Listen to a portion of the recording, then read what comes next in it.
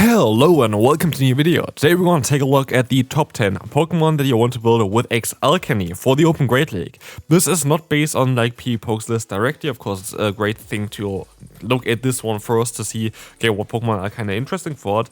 But I disagree with a lot of the kind of rankings here. And today we're going to take a look at my top 10 Pokemon that I would at least build as an XL Pokemon for the Open Great League. And this is based on, how strong is this Pokemon currently? How strong is this Pokemon in like has been, and how likely it is that this Pokemon is going to be strong in the future.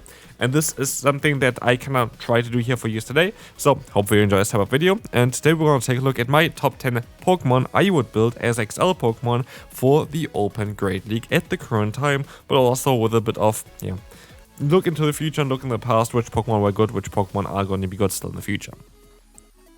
So number 10, this is going to be from the Pokemon that I would build the least to the Pokemon that I would build the most.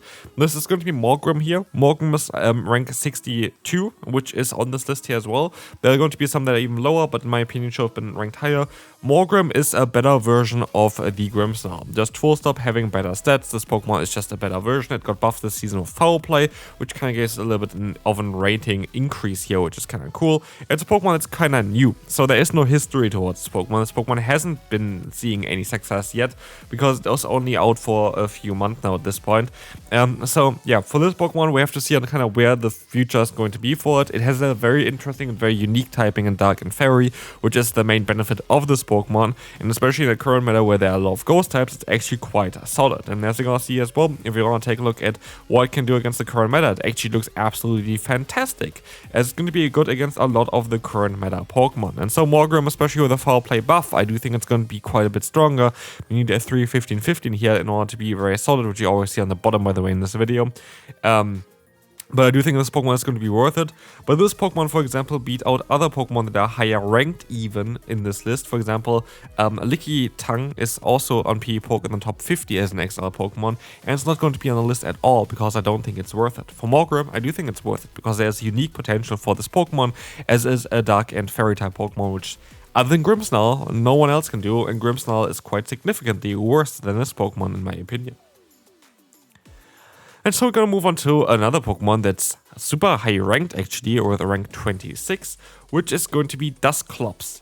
And people might disagree with me putting this so low on the list in terms of priority, but I do feel like Duscloips kind of disappeared a little bit in the last few metas. There has been, like, Duscloips was actually top meta for quite a while, like 2-3 seasons ago. I feel like this time around, this Pokemon is just not as good anymore, because there are other Ghost-type Pokemon that got buffed quite significantly, which Duscloips didn't receive, for example, the Shadow Ball buff, as well as we have Dark-type Pokemon that got buffed with the Foul Play. And so basically, Duscloips is still a very good Pokemon. It has amazing bulk, which you see as well here on the screen. You see, like, in the stats category on the bottom, the overall stats is kind of what you want to look at. And 2187 means you have a very bulky Pokemon here that has a lot of potential. But I do think that Duscloips is kind of currently not even the best ghost type by any means. And so I would put it quite low into the priority list because, again, it's a good Pokemon. Like, all of the Pokemon that are on this list today are good. I do think that this Pokemon is currently at least a little bit more on a downwards trend. And I haven't really seen a lot of it recently because there are a lot of good answers to it as well. And so we're going to move on to a Pokemon that is way higher ranked in terms of the ranking, but I do think it's actually quite more interesting. But again, I would actually hold on to this Pokemon as well. There's a different Pokemon on this list here today as well, which does very similar stuff, but a little bit better. So stay tuned for this. But still, I feel like Carbink has a lot of potential. Carbink is a very solid Pokemon. The Rock Fairy typing is very, very solid in this meta as well. And generally speaking, it's a very, very bulky Pokemon. It's just a very, very bulky Pokemon. It's very difficult to take down here, as you guys see, with an overall ranking of 2700 nearly. This Pokemon is amazing. You need a 5-15-15 or your best buddy Pokemon as well that has a little bit lower attack. But this is going to be basically one of the strongest Pokemon you can build as an XL. It's a very annoying Pokemon to deal with. Of course, most of the Pokemon here are going to be very bulky on the list. Basically we had just an exception with the Morgrem. There's going to be some other Pokemon still coming up as well that's going to be a little bit squishier. But this Pokemon is absolutely worth it. Like, Carbink is absolutely worth it to build. And speaking of a squishy Pokemon, this Pokemon still got onto the list, even though you really don't need a lot of XL Alchemy for this Pokemon. As you can see, the number one Pokemon is here a 0-15-40, which is already at level 43.5. So You don't have to have that fully XL either, but it's still an XL Pokemon. It's not, it's recommended, but it's not required to have Candy XL on this Pokemon. But I do think, again, it's going to be one of those Pokemon that kind of deserves a little bit more of a boost there. As you see with the overall stats, 1568 is very, very low. This always means that basically this Pokemon is very attack weighted. That doesn't mean that this Pokemon is just strict worse than the other Pokemon. This means that the basically defense and stamina has less of a value in the overall stats and the CP of a Pokemon than the attack has, which means if you have a high attack, you basically lose points in defense and stamina at the same time with it. You can't have basically both at all, and that's why in the current Go Battle League meta, it's actually recommended to have a Pokemon with a really low attack stat, which are all dominating currently the meta, because you get so much more defense and stamina in, because the attack stat itself is just more important than the CP formula, around twice as important as the defense as well as stamina. So basically, you can imagine for any attack that you're missing with a Pokemon, you can get 1 defense and 1 stamina in, or like 2 defense and 0 stamina in extra compared to it. So like you're just gonna get way more stats in total if you have a low attack stat. That's the reason why basically Pokemon like this are a bit more desirable. But again, I'm talking a little bit too much about IVs now. But here we're gonna take a look at Murkrow. It's a Pokemon that's very, very cool. I love this Pokemon. It's a very fun Pokemon that has access to Peck, and Peck and Drill Peck kind of the main reason why this Pokemon is so strong. It got buffed this season as well with Foul Play. Like Foul Play wasn't buffed the season before as well. And now you have actually a little bit of a buff towards Murkrow, which I didn't even consider beforehand. It's not really a move that you would see as a buff directly, because most of the times you still go for Drill Peck, which is still the stronger move to go for. But at least now Foul Play does a little bit more damage, which gives you a bit better coverage as well. But Murkrow itself, very good Pokemon. I like this Pokemon. I think it's a great Pokemon to run. It's a great sweeper especially. And we can move on to the next one, which is going to be Diggersby. Diggersby is going to be, I think the number 5 spot here on the list. It's a Pokemon that's kind of fell off a tiny bit, but I still think it's absolutely usable. The main reason why it's so usable is Fire Punch coverage, which allows you to hit Pokemon like Scizor for super effective damage, which is one of the key wins here as well. It allows you to hit Pokemon like Corviknight that usually are hard-walling ground-type Pokemon to hit them for super effective damage. It has a very interesting type that can completely hard-counter Corsola, which is going to be important as well. And with that, the Diggersby is just a very nice neutral Pokemon that has still a lot of play in the current meta. And I think it's super worth building because it has been consistently very, very strong. And you kind of want to have a 0, 15, 13 here, which is also very, very solid. But as you can see here, this Pokemon is going to be very likely always good. Like, I don't think this Pokemon ever going to disappear as like a Pokemon itself. And here, at the end of the day, like XL Pokemon are very expensive and you kind of want to have something that's worth your investment.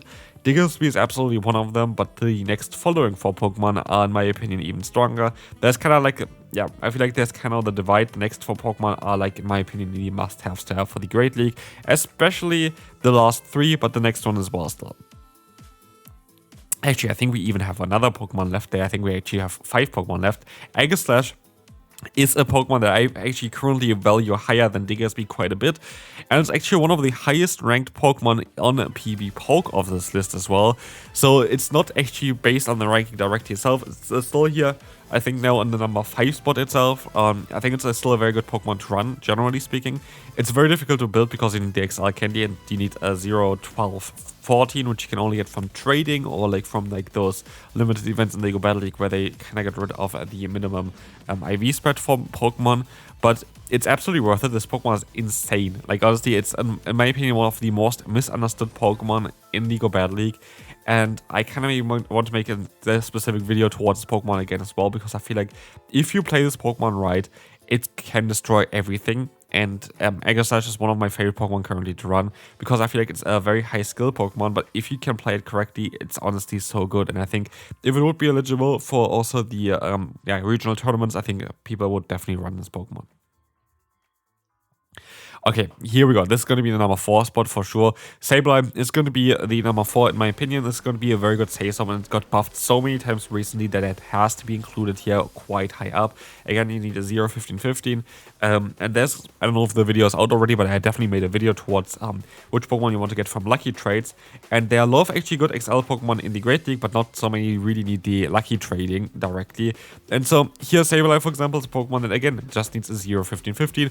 Ideally, Shadow, non-shadow works out as well, by the way. There's like always the question. They have both benefits and kind of negative things. I do think that the shadow one is quite significantly better though. The reason is you have a more fast move pressure, which can be very good in a lot of scenarios where especially the charge moveset is going to be resisted. But generally speaking, this Pokemon is going to fear the Wigglytuff, but it's such a good Pokemon. Even though the sets are not that great, because of the moveset combination and the typing, this thing is absolutely insane. You have Shadow Claw as one of the best fast moves, Foul Play, which got buffed this season, which is now cheap as well. With like 40 energy, you need 5 Shadow Claws to get to it. And then you have Power Gem as a coverage, or Dazzling Gleam as a coverage, depending on which meta you're playing in, which just makes this Pokemon an amazing Pokemon to have. Absolutely worth it. I've been playing my Shadow Sableye literally for, I don't know, like 2-3 years now at this point. This Pokemon's absolutely worth building, to the point where I will actually consider building a new one, because I have a Shadow Shiny with a lot of great IVs as well, so I would kind of want to try this one out as well. This Pokemon is absolutely worth it. Like, honestly, it's such a good Pokemon to run. So next up, this is maybe a little bit surprising. This is the number 1 spot on PvPoke, but the number 3 spot on my list. And I do really disagree that this Pokemon is the number 1 Pokemon on PvPoke. It's top 10 for sure, like it should be top 10, but it shouldn't be number 1 in my opinion. Corsola is a very strong Pokemon. Like, that is out of the, like, completely out of the question. This Pokemon is absolutely overpowered. Like, this Pokemon is really, really strong. And it has been ever since it kind of got released. And with that, I do think that this Pokemon is going to stay there as well. It has Astonish Knight's Shade as well as Power Gem, which is an alright moveset, but it's not even like that groundbreaking. Like, it's not even that broken by any kind of mean. But what we see here as well is that this Pokemon has quite some solid bulk, and it's just a pure ghost type. But the main reason why this Pokemon is so good and better compared to, for example, the Duscloips, which has a very similar typing, is just, like the generate also stats, is just because you're going to have access to the Astonish, which gives you a lot of fast move pressure for a very bulky Pokemon, which just is the main benefit for this thing. But again, there are 2 Pokemon that I would recommend you even more to build as an XL Pokemon over the Galarian Corsola, which doesn't mean that Galarian Corsola is bad at all. I would really recommend you to build one if you haven't had this one yet, but the next ones are, in my opinion, even more important, have even more history. Okay, Bastiodon. This Pokemon got nerfed, was still very strong, and then they decided to just buff it again for no particular reason. So Bastion is absolutely here in my number 2 spot. This Pokemon is amazing. Like, look at the overall stats here and how bulky this Pokemon is. It is absolutely worth it. Like, this Pokemon is an absolute wall against anything that doesn't do super effective damage against it. And with this Pokemon is just so amazing to be run. Like, it's such a strong Pokemon. They have so many teams they can run with this. It's such a awkward Pokemon because you have to prepare in team building, that I would say this is one of the strongest Pokemon in the Great League history, just period, to the point where I say, like, you have to kind of get it, and this is the best, second best XL Pokemon in my opinion to invest in. It's absolutely Bastion. You will not regret it. This Pokemon is amazing. It's very slow, don't get me wrong, but like the bulk itself, and like the type matchup even against the current meta, you see it on the right side, is fantastic in my opinion. Absolutely deserves the spot over the Corsola as well, in my opinion, in terms of importance of building. But the next Pokemon is the most important, the most consistent, the best XL Pokemon by far. There was no doubt in my mind. This Pokemon is going to be the number 1 spot, which is Azumarill. It's the number 2 on PvPoke. This Pokemon, Azumarill, has been a viable for the Go Battle League ever since the Go Battle League started. This is how strong this Pokemon is. And it doesn't have to do with like any kind of flashy moveset either. Like Bubble is a mediocre fast move, and then you have 2 mediocre charge moves that are high energy. The reason is it is a bulky, fairy, and water type Pokemon. The type itself carries Azumarill. It has so many resistances against the current meta that this Pokemon is just so fantastic to be like used in any kind of meta as well. It has never lost importance. Like, this Pokemon always was viable in every single Go Battle League season. And that just shows you Azumarill is your main target. You want to build this Pokemon. You're always going to have success with this thing. It's so bulky, it's always going to be there. It's never going to disappear. And yeah, this is going to be it for this video. Hope you enjoyed it. If you did, feel free to leave a like, and I will see you then. Bye-bye.